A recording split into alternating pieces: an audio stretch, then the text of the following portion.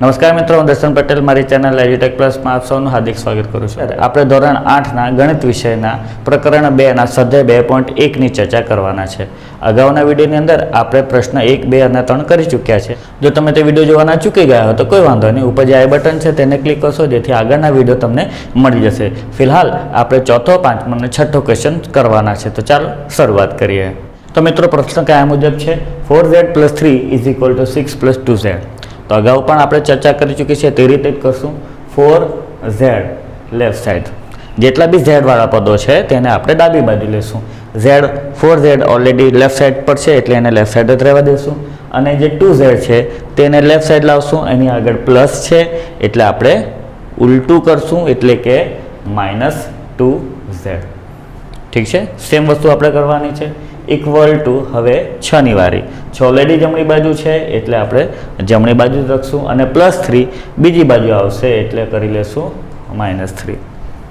Okay, simple process. તો 4z માંથી 2z નીકળી જાય તો બચશે 2z. ઓકે, 4 માંથી 2 જાય તો 2 ઇક્વલ ટુ 6 માંથી 3 જાય તો 3.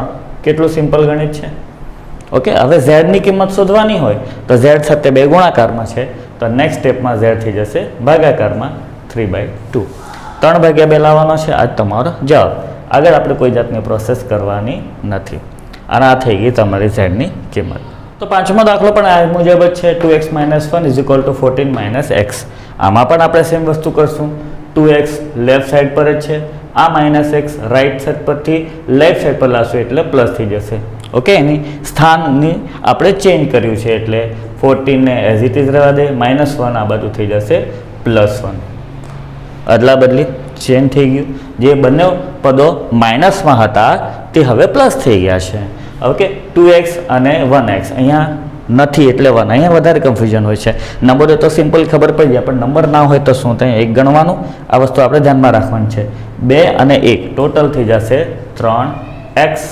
14 ને 1 થઈ જશે 15. બોલો કેટલી ભારી ગણતરી છે નહીં? 14 ને 1 15 થઈ જાય છે. x ની કિંમત શોધવાની. x નો 3 સાથે ગુણાકારમાં છે તો ભાગાકાર થઈ જશે.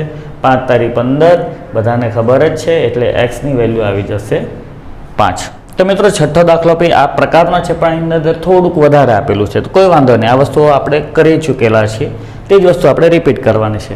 આપણી પ્રોસિજર તો સેમ કરશું કે x વાળા બધા પદો એક બાજુ અને x સિવાયના બધા પદો બીજી બાજુ. ધીરે ધીરે 1 બાય 1 સ્ટેપ કરશું. પણ સૌથી પહેલાં કાઉન્સની જે પ્રક્રિયાઓ છે, જો કોઈ ઘાત હોય તો ઘાતની પ્રક્રિયા પહેલાં કરવાની, કાઉન્સવાળું હોય તો તેની સાથે જે પણ પ્રક્રિયા થતી હોય તે પહેલાં કરવાની. ઓકે, તો બાકીના પદો શું ત્યાં સુધી એઝ ઇટ ઇઝ આપણે ઉતારી લેશું. ફિલહાલ આપણે એની અંદર કોઈ મગજમારી કરી શકાય તેમ નથી એટલે લખીશું 8x + 4. અહીંયા તો બરાબર છે. અહીંયા કાઉન્સની આગળ 3 છે. તમે જાણો છો કે 3નો બંને પદો સાથે ગુણાકાર થશે. કાઉન્સની આગળ ગુણાકાર છે, કાઉન્સ સાથે ગુણાકાર છે તો કાઉન્સના બંને પદો સાથે એનો ગુણાકાર થશે. જો 3 પદ હતે તો 3 પદો સાથે. ઠીક છે, જેટલા બી પદો હોય. 3 × x એટલે થઈ જશે 3x.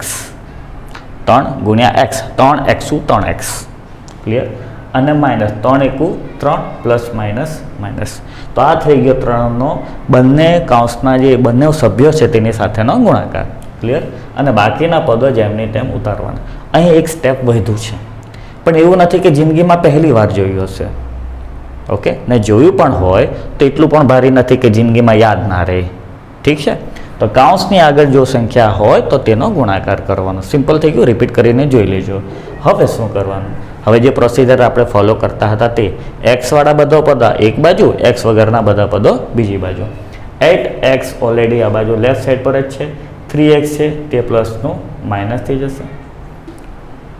આ પદો જે ઓલરેડી રાઈટ સાઈડ પર જ છે, -3 +7 અને આ -4. ઓકે, તમે ચાહો તો બીજી રીતે પણ ગણતરી કરી શકો. 8 માંથી 3 જશે તો 5x આવશે. 8 માંથી 3 જાય તો 5. એ ક્લિયર છે? હવે અહીંયા તમને થોડું કન્ફ્યુઝન થઈ શકે અથવા ક્લિયર પણ થઈ જશે. 3 પણ માઇનસ, 4 પણ માઇનસ, 3 ની 4 7 એટલે -7 +7 7 7 ઉડી જાય એટલે આન્સર આવશે 0. અહીં આન્સર 0 છે. હવે 5x = 0 એનો મતલબ 5 × x કરો તો 0 આવે. તો ભાઈ કોઈ પણ સંખ્યાનો જો 0 સાથે ગુણાકાર કરો તો જ એનો જવાબ 0 આવે. આ તો ઓલરેડી 5 છે તો 0 કોણ હોઈ શકે? x. બરાબર, એટલે 5 ગુણ્યા 0 તો 0 આવે, એટલે એક્સની કિંમત શું હોવા જોઈએ? 0.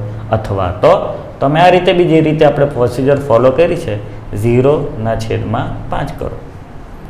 તો કોઈ પણ સંખ્યાને 0 સાથે ગુણાકાર કે ભાગાકાર કરો તો પણ એક્સની વેલ્યુ અહીંયા આવશે 0. આમ આ સમીકરણ માટે એક્સની વેલ્યુ કેટલી છે? 0. તો મિત્રો આજના વિડીયો માટે આટલું જ. આશા રાખું છું કે આ ત્રણ ક્વેશ્ચનની અંદર તમને સારી એવી સમજણ પડી હશે. વિડીયો રિપીટ કરીને વારંવાર જોશો જેથી તમારું રિપીટેશન થઈ શકે. જો હજી પણ તમને કોઈ બાબતમાં પ્રોબ્લેમ જણાય તો મને ફ્રીલી તમે કોમેન્ટ કરી શકો છો. વિડીયો સારો લાગે, મારી મહેનત સારી લાગે તો લાઇક જરૂરથી કરજો, અને જેવા મિત્રોને તમે શેર કરવા માંગતો હોય તેમને શેર પણ કરજો, અને એમને પણ ચેનલને સબસ્ક્રાઇબ જરૂરથી કરવા કહેજો. જો તમે ચાહતો કે આ પ્રકારના વિડીયો તમને અવારનવાર મળતા રહે તો ચેનલને સબસ્ક્રાઇબ કરજો અને બેલ નોટિફિકેશનને ઓન કરજો, જેથી આવનાર તમામ વિડીયોની નોટિફિકેશન તમને મળતી રહે. તો ચાલો મળશું નેક્સ્ટ વિડીયોમાં. ત્યાં સુધી જોતા રહો એજ્યુટેક પ્લસ. ધન્યવાદ.